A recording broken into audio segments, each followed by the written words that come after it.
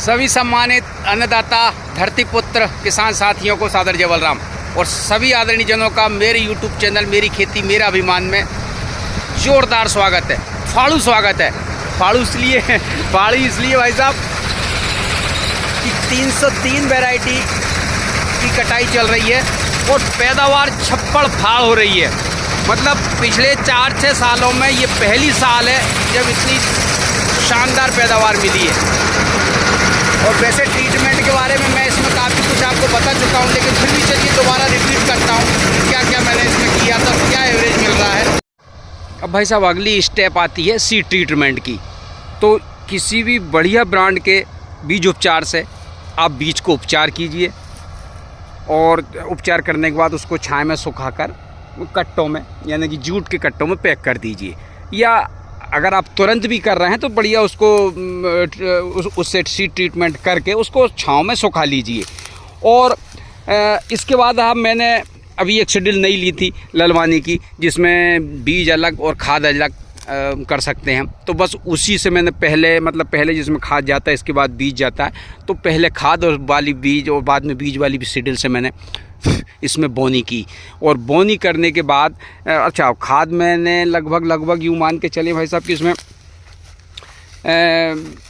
1.5 बोरी के आसपास DAP मिलाया था 1 कुंटल बीज में, और 90 किलो से 1 कुंटल के करीब बीज दर रखी थी। और हम लोग काफ़ी पिछले सालों से मतलब पिछले 15-20 सालों से हम लोग बोनी क्रॉसिंग करते थे, लेकिन इस बार मैंने उस मिथक को तोड़ा और मैंने इस बार बोनी 8 इंच गाले पर सिंगल बोनी की। तो ये सिंगल बोनी है 8 इंच गाले पर। और अच्छा इसके बाद फिर मैंने लगभग पहला पानी भाई साहब इसमें 25 दिन में लगाया। पहला पानी इसमें 25 दिन में लगाया। और इस खेत की मिट्टी कुछ ऐसी है जिसमें नमी सोखने की क्षमता कम है। मतलब पहला पानी अगर हम रेला पानी दे देते हैं तो गेहूँ की ग्रोथ जो है रुक जाती थी। मतलब अपन जो कहते हैं ना कि ठबक गया, रुक गया, ग्रोथ रुक गई और जो पीला पड़ने लगते थे। तो इसलिए मैंने फर्स्ट टाइम इसमें पहली सिंचाई स्प्रिंकलर से की। मैं कहता हूँ साहब कि वो मेरा मतलब अच्छी पैदावार का बहुत बड़ा टर्निंग पॉइंट था। वो एक बहुत बढ़िया निर्णय था, क्योंकि पानी हम स्प्रिंकलर से दिए ही थे, इसके 6वें या 7वें दिन ही ऊपर से बारिश हो गई और तगड़ी बारिश हुई। अगर उस समय मैं रेला पानी बहा के देता और ऊपर से बारिश हो जाती तो हमारे गेहूं इस खेत में निश्चित 6 से 8 गुने की स्थिति बनती। क्योंकि इस खेत में वही मैं बताया कि इस खेत में मिट्टी में नमी सोखने की क्षमता कम थी, और ऊपर से अगर बारिश और हो जाती तो फिर कहीं का नहीं रहते हम। पूरा गेहूँ पीले पड़ के ग्रोथ रुक जाती, फंगस आती और सब कुछ गड़बड़। तो वो मेरा निर्णय बहुत सही था। इसके बाद भाई साहब मैंने इसमें 05234 का उपयोग किया, साथ में बोरान दिया। अगली स्टेप में फिर मैंने इसमें बोरान प्लस 0050 दिया। फिर अगली स्टेप में मैंने इसमें नेटिवो का फंगिसाइड दिया। फंगिसाइड में हालांकि नेटिवो का जब मैं ले रहा था, जब एक बार मन आगे पीछे हो रहा था कि यार बहुत जो महंगा बैठेगा, लेकिन फिर भी मैंने कहा नहीं, इस बार इसमें जो भी बेस्ट से बेस्ट कर सकते हैं वो मैं करूँगा। तो नेटिवो का फंगिसाइड मैंने इसमें वो 10 एकड़ करते हैं, मैंने 12 एकड़ में दिया था। और साथ में कोराजन का टेक्निकल वाली जो दवा आती है वो कीटनाशक के रूप में ली थी, और वो कीटनाशक मैंने इसका उपयोग किया था। तो ये मेरा प्रबंधन था, पानी देने से लेके, खाद से लेके, माइक्रो न्यूट्रिएंट्स से लेकर NPK तक। तो भाई साहब उसका सबका रिजल्ट भी मुझे मिला और सही में इतनी शानदार पैदावार हुई है कि मान लीजिए कि 16 एकड़ का रकबा है और 21वां टैंक ये भरा रहा है और 18 कुंटल का टैंक है। इसमें कोई शक नहीं है, क्योंकि ये पिछले 10 साल से ये गाड़ी मेरे पास आ रही है। पिछले 10 साल से ये गाड़ी आ रही है, तो इसमें टैंक ये कम है, इसकी कोई गुंजाइश नहीं है।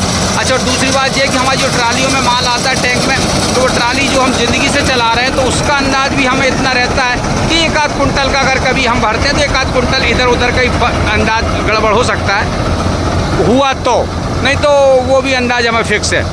और इस पे अगर कम भराता था, उसके लिए एक आदमी बिठाई दिया था मैंने, ताकि वो उसको और टैंक के कोने कोने तक धांस रहा है। तो 18 कुंटल तो पक्का है। तो यूँ मान के चलिए आप साहब कि अगर 16 एकड़ में 21 टैंक गेहूँ अगर निकल रहा है, तो लगभग 22 प्लस का एवरेज हमें मिल रहा है। तो 22 प्लस का एवरेज मिलना मेरे लिए एक अचीवमेंट से कम नहीं था, क्योंकि पहले इसमें कभी मैंने इतना गेहूँ नहीं निकाला।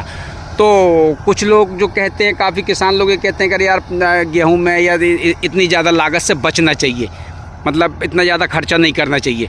तो मुझे लगता है कि नहीं भाई साहब, मैंने ये देखा कि समय समय पे अगर आप जिस स्टेज पर जिस चीज़ की ज़रूरत है फसल को, अगर उसको देंगे तो 101% आपको उसके रिज़ल्ट मिलेंगे। ये चीज़ मैंने पिछले सोयाबीन में भी मार्क की, उसमें भी मैंने स्ट्रिक्टली एक स्ट्रेटजी बना के उसको किया और उसको स्ट्रिक्टली उसको फॉलो किया, और रिज़ल्ट भी मुझे को बहुत शानदार मिले। और वही रणनीति फिर मैंने गेहूं में अपनाई, तो इसके रिज़ल्ट भी मुझे 101% मिले।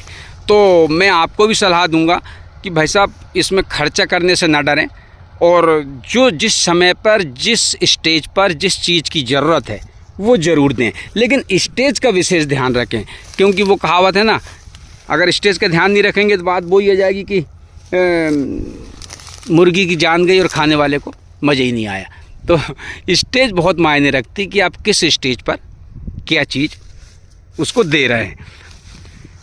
भाई साहब, मेरी जानकारी आपको कैसी लगी, कृपया कमेंट के माध्यम से मुझे ज़रूर बताएं, और उम्मीद करता हूं सभी सम्मानित किसान साथियों से कि मेरे वीडियो को लाइक करेंगे, शेयर करेंगे और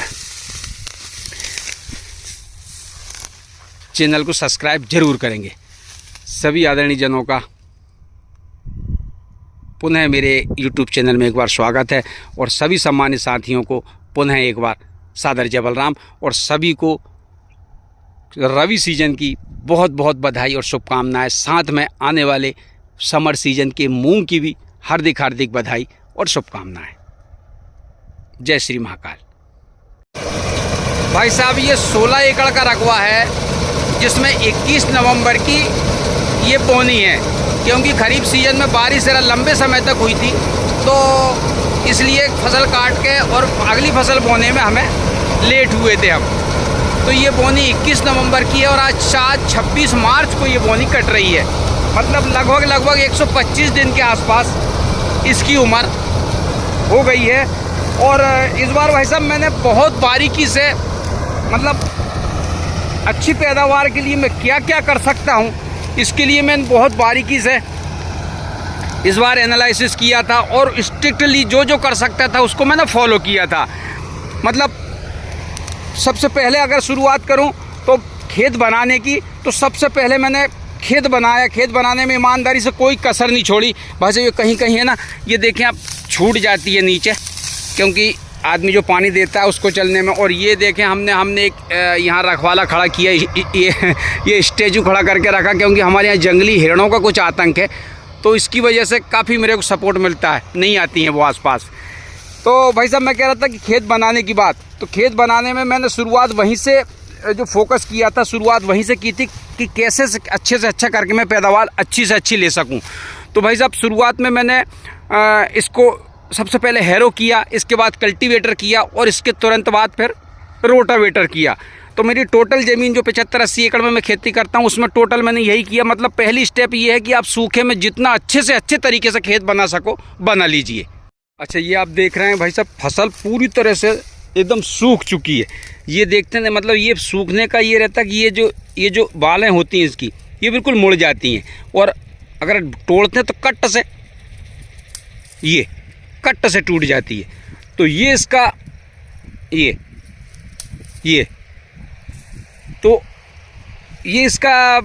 इस बात का घोतक है कि आपकी फसल, जिसको हम खेती अपनी किसानी भाषा में बोलते हैं, कि मोड़ पे आ गई है।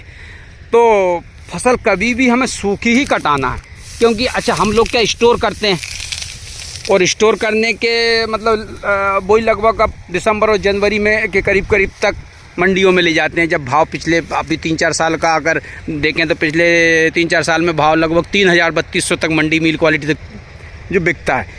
तो अगर हम स्टोर करना चाहते हैं तो जब तक कि फसल बिल्कुल सूख ना जाए, मोड़ पे ना आ जाए, तब तक ना कटाएं। तो ये उसी कंडीशन में है। और इस समय अभी पिछले 2 दिन से टेम्परेचर भी लगभग 38-40, 39-40 छू रहा है। तो ये बेस्ट समय है कटने का, कटाई का। और ये कटाई, और अच्छी बात यह है कि हमारी कटाई कल तीसरी भी हो जाएगी। तो बस आने वाला सीज़न फिर मूंग का है, जिसमें हमें फिर ज़ोर शोर से लग जाना है। और भाई साहब जैसा कि आप देख पा रहे हैं कि टैंक को धांसने के लिए, मतलब टैंक पूरे कोना कोना भरने के लिए मैंने एक आदमी ऊपर चढ़ा दिया, जिसका पैटर्न यही काम है कि तू रेगुलर सुबह से शाम तक जब तक हार्वेस्टर चलती है तू उस पर ही चढ़ा रहे और कोना कोना भर। तो हालांकि ये रिस्की है, लेकिन सावधानी से करोगे तो कोई नहीं, हो जाता है और कर ही रहा है। तो ये पूरा नेट 18 कुंटल इसमें बनने की अब गारंटी हो गई है, 18 से ऊपर ही जाएगा। जय हो मछंद्री माई की। भाई ये 16 एकड़ में भाई साहब ये 20वां टैंक खाली हो रहा है। और सफाई की बात करूँ ना तो सफाई के तो आप पूछो मत, बहुत शानदार सफाई, कहीं कोई कचरा नहीं, कोई मिट्टी नहीं, कोई कुसी नहीं। और 20वां टैंक खाली होने के बाद भी अभी इतना एरिया बचा है कि 21वां टैंक, लगभग मेरे अनुमान से 21वां टैंक भर जाएगा। 21वां टैंक भर जाएगा। मुकेश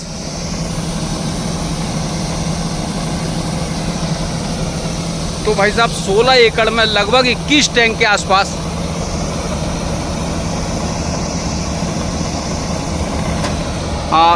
अच्छा इसकी जो है ना ये रबड़ वाला जो है, इसमें से ये गिरता है अनाज, इसमें कुछ गेहूं रह जाता है। तो जी हमारे आदमी से हम कहते हैं कि लगभग 1-2 किलो गेहूं उसमें रह ही जाता है। तो भाई जब भी वो उसका आना बंद हो जाए, इसके बाद आप इस तरह से उसका ये, नहीं तो वो क्या होता है चालू होने के बाद धीरे धीरे बगड़ता रहता है। तो हर बार हर टैंक में 1-2 किलो गेहूँ ऐसे गिर जाता है। तो आप भी इसकी सावधानी रखें।